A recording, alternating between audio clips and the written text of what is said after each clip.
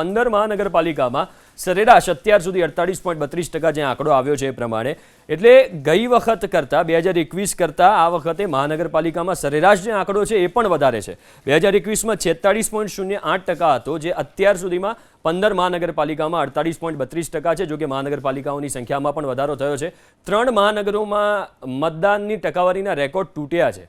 અમદાવાદ, વડોદરા અને સુરતમાં 2021 કરતાં વધુ મતદાન થયું છે. અમદાવાદમાં 2021માં 42.51% મતદાન થયું હતું. 2026માં 44.69% અત્યાર સુધીનો આંકડો છે. આંકડો વધી પણ શકે છે. વડોદરામાં 2021માં 47.84% મતદાન થયું હતું. 2026માં અત્યાર સુધીમાં 48.42% થયું છે. 1% વધારે વડોદરામાં પણ છે. આ આંકડો હજુ પણ વધી શકે છે. સુરતની વાત કરીએ, સુરતમાં પણ 2021માં 47.14% મતદાન હતું અને 2026માં અત્યાર સુધીમાં 52.83% મતદાન છે. સુરતમાં 5% થી 6% વધારો થયો છે મતદાનના આંકડામાં. વાપી મહાનગરપાલિકામાં સૌથી વધુ 65.68% મતદાન થયું છે. નવસારી મહાનગરપાલિકામાં 59.68% મતદાન થયું છે. એટલે કે દક્ષિણ ગુજરાતના વિસ્તારો. મોરબી મહાનગરપાલિકાની વાત કરીએ, મોરબી મહાનગરપાલિકામાં 58.75% મતદાન થયું છે. નડિયાદ મહાનગરપાલિકામાં 56.50% મતદાન થયું છે.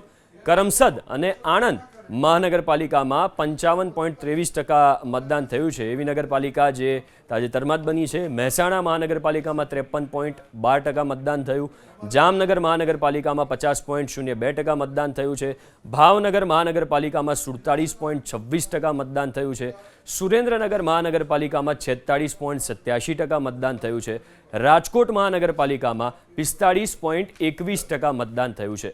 પોરબંદર મહાનગરપાલિકામાં 41.67% મતદાન થયું અને ગાંધીધામ મહાનગરપાલિકામાં 39.85% મતદાન થયું છે. શાંતિપૂર્ણ માહોલમાં તમામ જગ્યાએ મતદાન પૂર્ણ થયું છે અને 2021માં જે સરેરાશ મહાનગરપાલિકાઓનો આંકડો હતો એ 46.08% હતો, જે આ વખતે એટલે કે 2026માં અત્યાર સુધીમાં 48.32% મતદાન છે. તમામ જગ્યાએ આપણે જોયું. હવે જે મતદાન મથકના પરિસરમાં જેટલા મતદારો હશે એટલા જ મતદાન કરી શકશે. બાકી મતદાન પૂર્ણ થઈ ગયું છે.